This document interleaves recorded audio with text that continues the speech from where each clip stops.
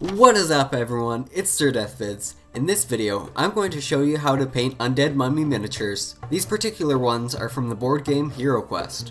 The first step is to spray prime your model white, which I use Skull White paint by Games Workshop, and I showed how to prime miniatures all the way back in episode 3 of this series. Next, Deathworld Forest was brushed over the entire model. Only one coat of paint is on it right now, and the mummy already looks pretty good. Then, to differentiate the bandages from the skin, I used Screaming Skull.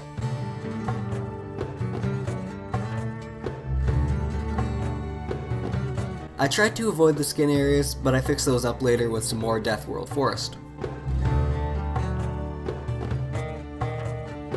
Throughout this whole tutorial, you'll see that I use my other painted mummy as a reference.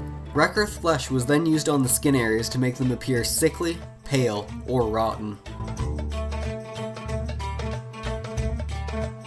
Next, a heavy coat of Seraphim Sepia was brushed over the whole model. The shade will also take care of all the recesses, which gives this model its unique look. Then Pallid Witch flesh was used to make the skin areas pale once more and stand out from the linen bandages. After that dried, I used Agrax Earthshade over the whole model to give this mummy a much darker look than the other one.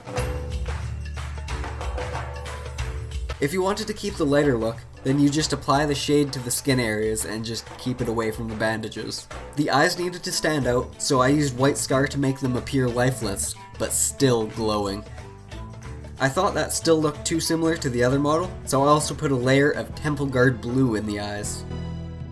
I really like the look of this now. I also put some Agrax Earthshade into the eyes to blend them a little bit and fix up some of my sloppiness.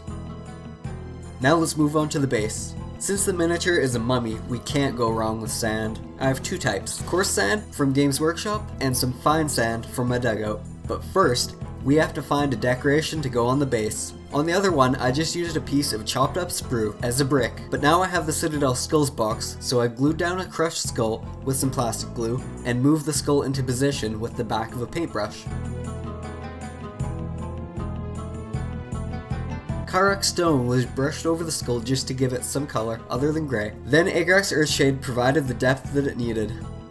Now it's Enter Sandman time. Regular school glue is good enough for this job. I used an old brush to spread the PVA glue on the base and simply dipped the base down into the container of sand, then shook it off to get rid of the excess. I used that same brush and some water to remove a little bit of sand off the mummy's feet and around the skull. I still didn't like how the skull looked, so I layered on some Screaming Skull and then gave that a quick wash of Seraphim Sepia. After the skull dried, I dipped the base in fine sand to get rid of any gaps between the coarse sand. And finally, I just painted the rim of the base black to match all of my other models.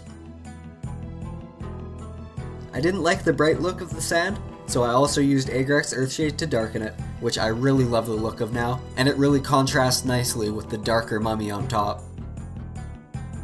And now this is how your finished product will look. You can really see the differences between these two models, but they both look incredible. One of the main differences comes from the eye color. This now concludes the mummy painting tutorial. If you enjoyed it, be sure to give me a like and a sub, and tune in for the next video. I don't know what model we're going to be painting next, but it's going to be something good.